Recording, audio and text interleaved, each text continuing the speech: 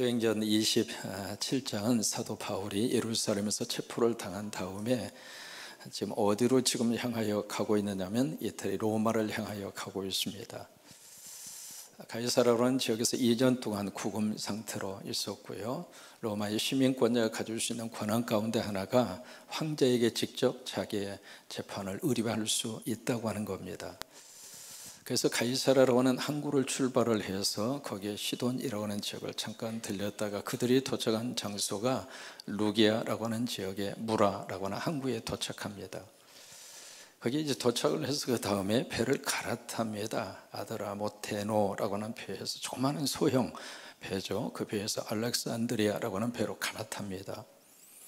이 배는 이집트에 알렉산드리아라고 하는 도시가 있어요. 그 도시에서 나일강에서 재배되어져서 나오는 곡물을 싣고 이 배가 이태리 로마까지 가는 배입니다. 굉장히 이제 사이즈가 있는 배죠. 그래서 곡물만 실어서 운반하는 운반선이 아니라 거기에 276명의 사람도 함께 승선을 한 제법 큰 가장 어느 정도 사이즈가 있는 그런 배예요. 그 배로 이제 갈아타서 그 다음에 천신만고 끝에, 왜냐하면 지중해 쪽에서 엄청난 바람이 부는 거예요.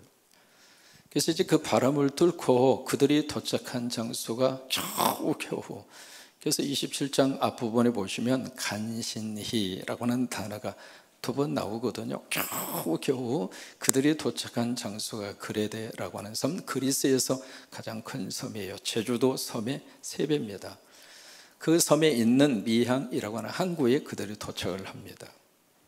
그 항구에 도착을 한 다음에 두 개의 의견으로 갈라집니다. 첫 번째 의견은 바울을 중심으로 해서 이 미항, 바로 여기에서 옛날 번역은 과동이라고 하는 표현을 썼습니다. 여기서 우리가 겨울을 나자.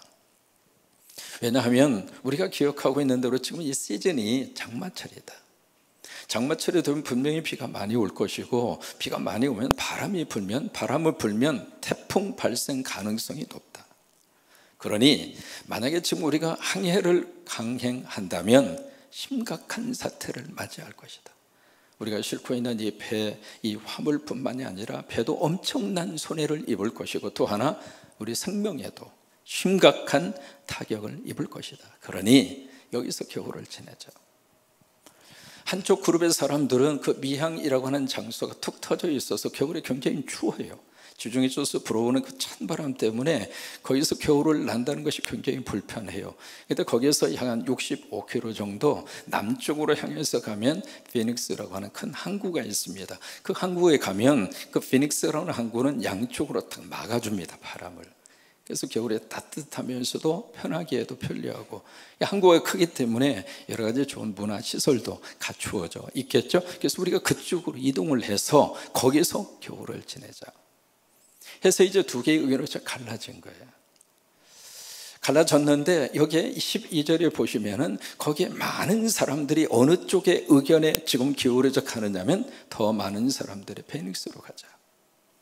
근데 12절에 참 묘한 단어를 성경이 쓰고 있습니다. 거기 보시면은 그 항구는 바로 미항이죠. 미항이라는 항구, 그 항구가 겨울을 지내기 불편하기 때문에 그 미항을 떠나서 그 다음에 피닉스로 가는데 그 앞에 단어 하나가 나옵니다. 무슨 조로? 아무쪼로. 이 아무쪼록이라는 이 단어를 통해서 뭘 우리에게 가르쳐 주고 있느냐면, 여러분, 아무쪼록이라고 하는 단어는 막연한 기대를 표현할 때 아무쪼록 그렇게 표현합니다. 그러니까 어쨌든 간에 이 미항 이 자체는 불편하다. 여기서 겨울을 나는 것은 너무 힘들다, 춥고. 그러니 아무쪼록 가다가 바람을 만나도 무슨 손해를 입든 그냥 가. 그 아무쪼록이라는 단어 속에 어떤 심리가 들어가 있느냐면 요행 심리가 들어가 있는 거예요. 여러분, 요행 심리를 통해서 우리에게 나오는 현상 가운데 하나가 도박입니다. 그래서 아무쪼록 우리가 그쪽으로 가자 하는데 그쪽에 의견을 가진 사람들이 12절에 보시면 더 많다고 그랬습니다. 대다수의 사람들이 그쪽으로 가자는 거예요.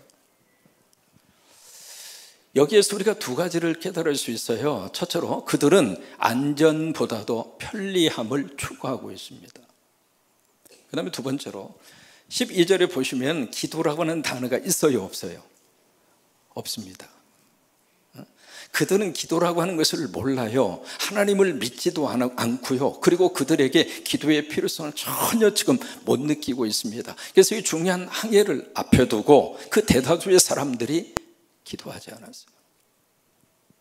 러시아의 속담에 그런 속담이 있습니다. 전쟁터에 나가느냐 1시간 기도해라. 바다로 나가느냐 2시간 기도해라. 결혼하고자 하느냐 3시간 기도해라. 여러분, 전쟁터가 얼마나 위험해요. 위험한 전쟁터에 나갈 때 기도하고 가라, 그거예요. 그런데 전쟁터보다도 더 위험한 환경이 바다입니다. 이 바다는 어떤 변화가 불어닥칠지 몰라요. 한치 앞을 모릅니다. 그 바다를 항해하게 나가기 전에 2시간 기도해라. 그런데 바다 항해보다도 더 힘든 것이 부부 생활이에요. 그 위험한 바다 항해를 앞에 두고 이 절대 다수의 사람들이 기도하지 않았어요. 여러분, 무슨 일을 하든지 기도를 앞세우시기를 바랍니다. 크게 아멘. 우리 판단과 생각보다도 하나님의 지혜가 필요합니다. 일단 기도하시고 출발하는 것이 복입니다. 그러면 이 절대 다수의 사람들이 선택한 피닉스 항, 아무쪼록을 선택하고 싶은 절대의 다수, 보세요. 절대 다수가 항상 정답인가? 여러분, 그래요? 절대 다수가 항상 옳은가? 그건 아닙니다. 대표적으로 그것을 알 수 있는 것이 이스라엘 백성들이 가데스 바네아 지역에서 가나안 땅을 정탐을 보냅니다. 12명을 보내죠. 40일 동안 정탐을 하고 와서 그들이 리포트를 합니다. 12명이 두 그룹으로 나누어졌어요. 10명과 2명으로. 어느 쪽에 숫자가 많습니까? 물어보나 많았죠. 10명이 다수잖아요. 다수의 스파이, 그 정탐꾼들의 의견은 가서 보니까 정말 젖과 꿀이 흐른다. 그래서 포도송이를 들고 왔잖아요. 보여주면서 이 정도로 기름진 땅이다. 그런데 그 땅에는 아낙 자손제로는 자이언트 족속이 살고 있더라. 그들에 비하면 우리는 메뚜기처럼 아주 왜소하고 작고 아무리 애를 쓰고 아무리 그 땅을 점령하려고 해도 불가능하다. 절대 다수의 사람들이 그런 의견을 제출을 하잖아요. 근데 딱 두 사람, 여호수아하고 갈자로 시작해요. 갈렙, 이 두 사람은 옳다, 부정하지 않겠다. 그런데 우리에게는 하나님이 계신다. 그게 아멘. 우리에게는 하나님이 계신다. 그들은 우리의 밥이다. 여러분, 절대 다수하고 소수하고 누가 이겼습니까? 누가 옳습니까? 누가 정답입니까? 여기 절대 다수의 사람들이 베닉스 항을 지금 선택을 해서 아무쪼록 가자. 그래서 그쪽으로 항해를 떠납니다.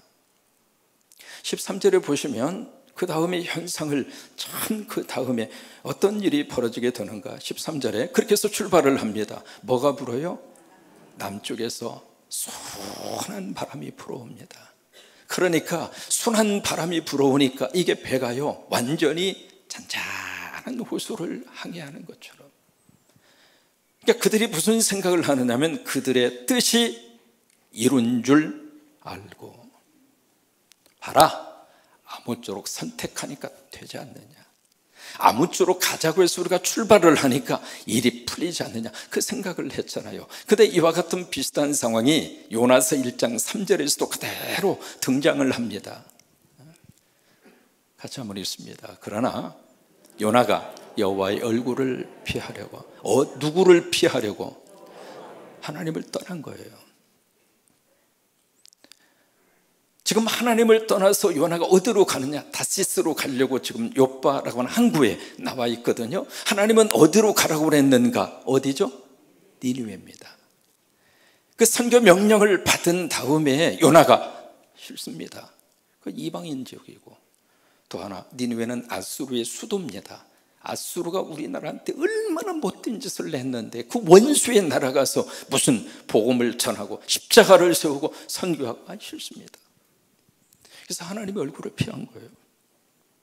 다시 한번 띄워줘 보세요. 하나님의 얼굴을 피해서 지금 요나가 다시스로 도망을 가는 그 길인데, 그 길 마치 여기 아무쪼록을 선택한 다수의 사람들처럼 그쪽으로 가려고 딱 요바에 와보니까 마침 다시스 가는 배가 있는 거예요. 그러면 그렇지, 내 선택이 옳았지. 근데 보세요, 그 선택이 과연 옳았는가? 그 다음 절에 보시면은요, 14절에 그 다음에 단어가 바로 이어져서 나옵니다. 얼마 안 돼, 오래 가지 않았습니다.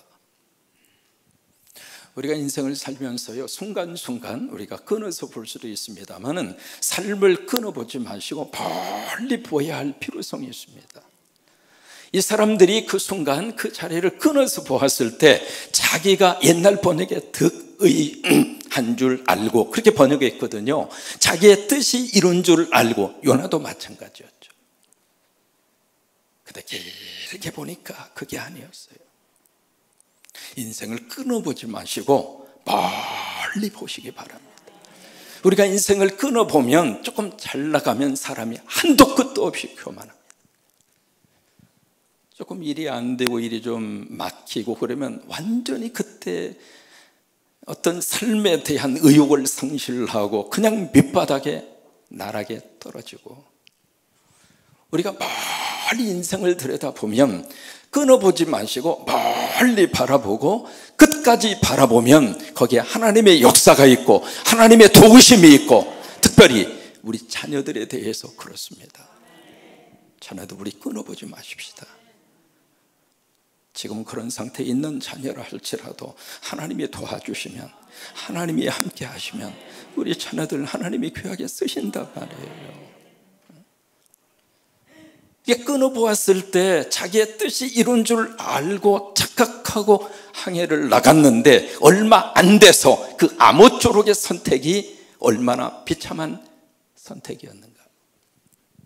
유라굴로라고 하는 바람을 맞습니다. 유라굴로라고 하는 단어의 뜻은 북동쪽이라고 하는 뜻입니다. 북동쪽에서 불어오는 바람이 확 불어오면서 뭐가 지금 발생을 했는가, 성경이 기록하고 있잖아요. 뭐가 지금 발생을 해요? 광풍이 일어납니다. 이 광풍은 영어로 허리케인입니다. 허리케인이 막 몰아와서 이 배가 통제불능입니다. 그 상황에서 무슨 일을 뭘 할 수 있겠어요? 그러니까 이 배가, 알렉산드르의 이 배가 완전히 바람에 밀려서 바람이 부는 대로, 파도가 치는 대로, 마치 바닷속에 있는 낙엽 이파리처럼. 그래서 한도 끝도 없이 이 배가 떠밀려 가는 거예요.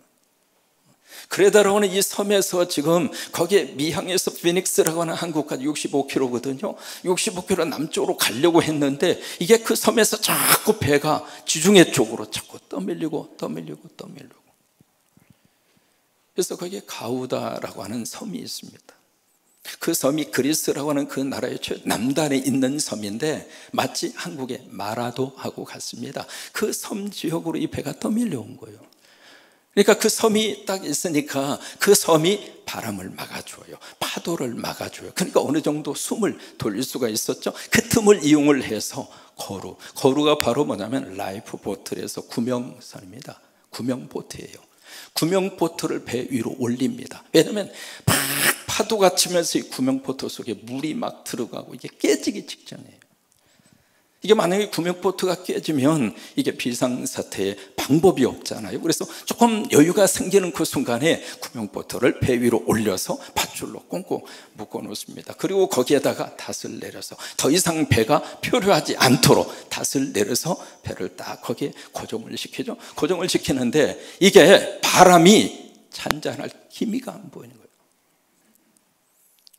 그래서 하루가 지난 다음에 그들이 어쩔 수 없이 배 안에 물이 계속 들어오잖아요. 그럼 이 배의 하중이 점점 커지잖아요. 그래서 어쩔 수 없이 그들은 배에 실어놓은 화물을 바닷속에다가 던져버립니다. 배 무게를 줄여야 되니까, 그렇지 않으면 침몰해 버리잖아요. 그래서 이제 그러면서 할 수 있는 대로 최선을 다해서 한 2, 3일 정도 기다려 보는데 사흘이 돼서도 아무런 어떤 가능성이 없으니까 이제는 배의 기구들, 거기에 돛이라든지 밧줄이라든지 그것을 전부 다 바다에 던져버립니다. 그게 오늘 우리가 읽은 말씀의 내용이에요. 오늘 본문 읽으면서 몇 가지 생각을 해요. 첫째로 인간이 자연 앞에서 얼마나 무기력한가. 우리는 자연 앞에서 겸손해야 돼요. 자연을 거슬리면서 승리할 수 있는 인간은 없습니다. 그러면서 여러분 지금 이 기후 변화요, 이게 심각할 정도입니다. 지금 캘리포니아는 겨울 스톰, 위너 스톰이라고 그래가지고 겨울 폭풍이 지금 몰아서 이번 주에 겨울 폭풍이 불어쳐옵니다. 2주 전에 한번 휩쓸고 갔거든요. 제가 살았던 동네가 영하로 내려간 적이 없습니다. 근데 그 동네에 눈이 펄펄 내립니다. 뉴욕이라고 하는 도시는요, 지금 겨울이 되면 굉장히 추워야 되는데 거기는 뜨뜻하고. 두 번째로 우리가 느끼는 게 있습니다. 바로 뭐냐면 생명의 위기 앞에서 우리가 붙들 것은 아무것도 없구나. 그래서 자신들이 가지고 있는 그것을 이태리 로마에 가서 팔아서 그것을 바꾸든지 팔든지, 그래서 돈을 벌기 위해서 싣고 가는 그 화물인데, 그 화물이라 할지라도 사람은 살고 볼 일입니다. 생명보다 중요한 건 아무것도 없어요. 여러분 건강 꼭 챙기시기 바랍니다. 잡수고 싶은 거 있으면 절대 미루지 마세요. 그냥 잡수어요. 혼자 먹기가 뭐하면 010-7270-1338로 전화를 해서, 어차피 지금 사무도 없어서 저는 먹을 기회가 있으면 숟가락 가지고 들고 다녀야 될 처지니까 살고 볼 일입니다. 내가 생명을 가지고 사는 것보다 가장 중요한 일은 없습니다. 여러분 속상하셔도 숨은 꼭 쉬시기 바라고, 사세요. 아멘 좀 하십시오. 사세요. 사시라고요. 건강도 유지하시고 사세요. 제가 목회하던 그 현장에 교포들이 리퀘스트와 그런 이제 가게를 많이 하는데, 그 가게가 보통 아프리칸에서 흑인들이 사는 동네, 아니면 멕시칸들이 사는 동네, 그쪽에서 이제 가게를 많이 해요. 하다 보니까 좀 위험해요. 그러다 보니까 그 가게를 운영하다가 권총 강도 당한 사람이 한두 사람이 아닙니다. 이게 가게에서 혼자 가게 이렇게 보고 있는데 갑자기 꼭 권총을 귀 밑에다가 대요. 여러분 사람이 말이죠, 그 쇠붙이가 몸에 닿아서 느껴오는 그 감정이라고 하는 것은 뭐라 표현할 수 없습니다. 권총 당하면 어떻게 하는가? 행동 요령이 아주 단순합니다. 다 주라는 거예요. 다 가져가라고. 돈이고 뭐고 다 가져가라고. 여러분 돈이 아깝다고 그 순간에 잘못된 행동을 하면 그 자리에서 방아쇠 당기면 끝나는 거죠. 내가 죽은 다음에 무슨 의미가 있습니까? 여기 지금 타고 있는 276명도 똑같아요. 그 다음에 세 번째로, 이 친구 우리가 이 본문을 쭉 이렇게 따라가면서 뭘 느끼느냐면, 참 이 항해 일지를 참 자세하게 썼구나. 그리고 아주 구체적으로 항해 일지를 지금 써놨구나. 우리가 그것을 느끼게 되는데, 왜냐하면 사도행전을 기록한 사람이 누가 사도행전을 기록했죠? 예, 누가가 썼어요. 누가가 함께 지금 항해를 하고 있는 거예요. 바울만 타고 있는 것이 아니라 누가도 같이 타고 있고, 데살로니가에서 오신 저기도 함께 타고 있고. 그러면 이 세 사람은 하나님의 사람들이잖아요. 선교를 위해서, 복음을 위해서 애쓰는 그분들인데 왜 그분들이 타고 있는 배가 이 풍랑을 만나야 하느냐고요. 유대인의 랍비 가운데 헤럴드 쿠슈너라고 하는 랍비가 있습니다. 그 랍비가 쓴 책 가운데 책의 제목이 이래요. 왜 선한 사람에게 나쁜 일이 생기는가? 본인의 경험을 쓰고 있는 자전적인 책입니다. 아들이 하나 있었습니다. 그 아들의 이름이 아론입니다. 8개월 되던 때 아들에게 뭐가 좀 이상한 것 같아서 병원에 가서 진단을 받아보니까 조로증입니다. 이게 하나하나 지나가면서 이 노화되는 속도가 급속도로 진행이 돼서 몇 년 살지 못해서 죽는 거예요. 여러분, 부모가 이 자식이 나보다 빨리 늙어가는 모습을 보아야 하는 부모의 심정, 뭘로 표현할 수 있겠어요?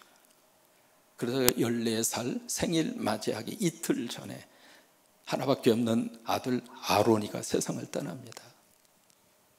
그 과정을 쭉 그 책에다가 쓰면서 자신이 그 경험 속에서, 고통의 풍랑 속에서 깨달은 것 두 가지를 이야기합니다. 첫째로, 이 풍랑은 모든 사람이 다 겪는 것이구나. 나만 겪는 것이 아니라 저 사람도 풍랑을 겪고 이 사람도 풍랑을 겪고. 두 번째로, 이 풍랑 속에 이 풍랑이 우연이 아니구나. 여기에도 하나님의 뜻이 있고 하나님의 메시지가 있고, 그것을 그분이 자기의 일생을 통해서 고통의 풍랑 속에서 깨달은 바를 그 책에다 그렇게 쓰고 있습니다. 마태, 마가, 누가 복음서 속에 똑같이 기록되어져 있는 사건 하나가 있어요. 제자들이 예수님하고 함께 바다 건너편 갈릴리 바다편으로 가다가 갑자기 풍랑을 맞이합니다.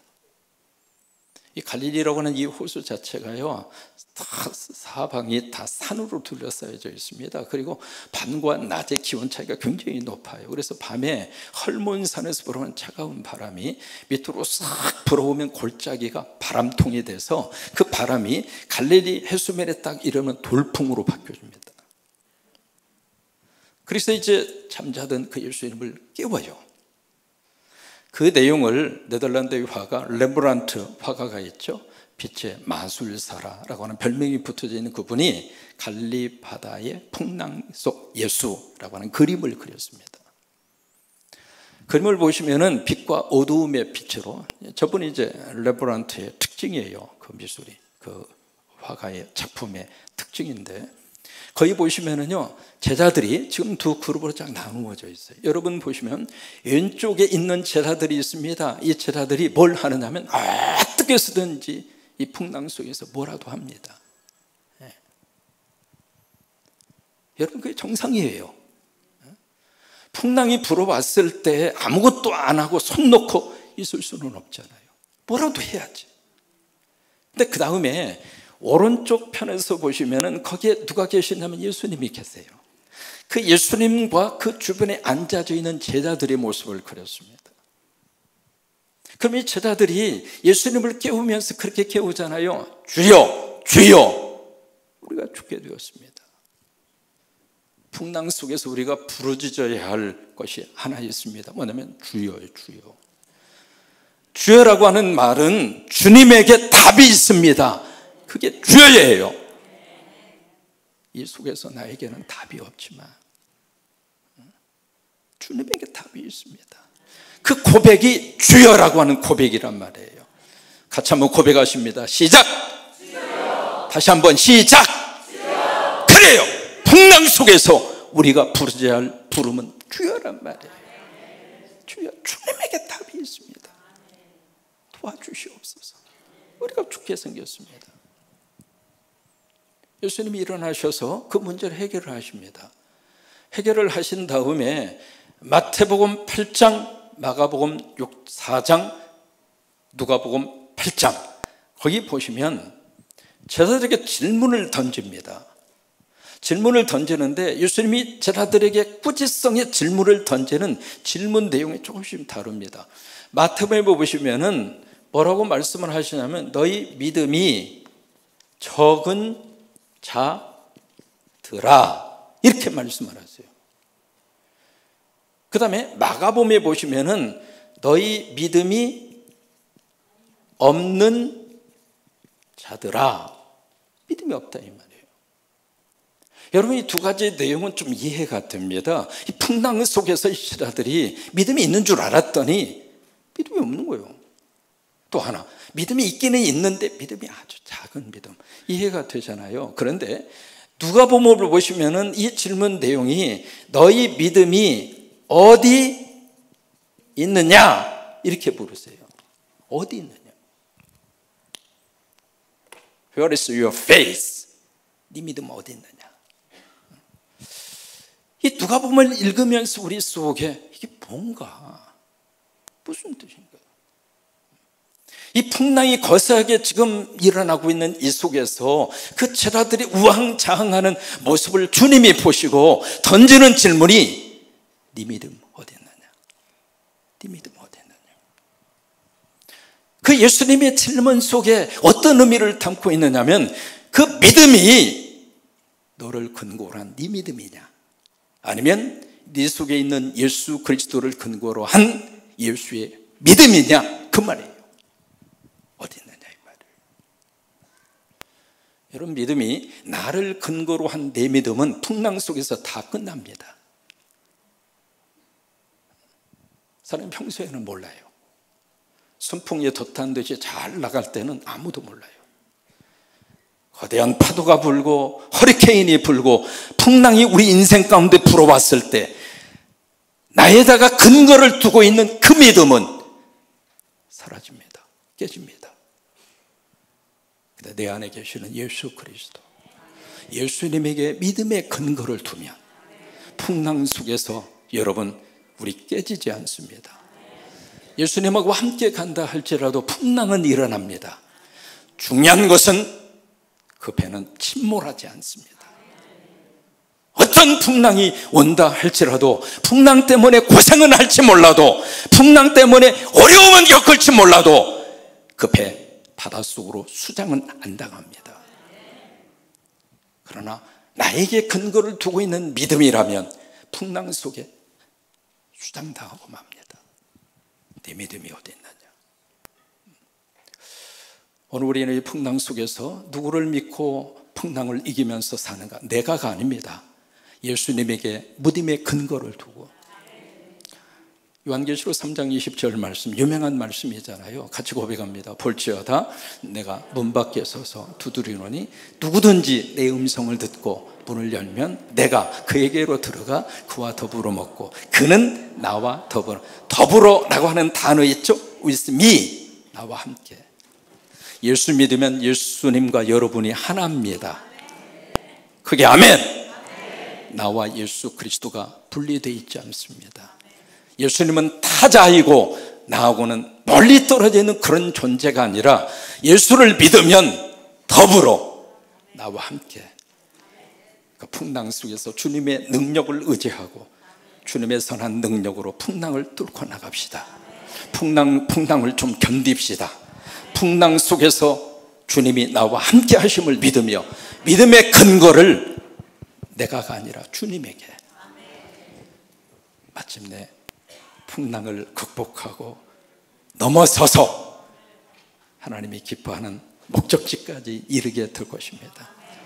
그 은혜가 넘치게 되기를 주의 이름으로 축원합니다.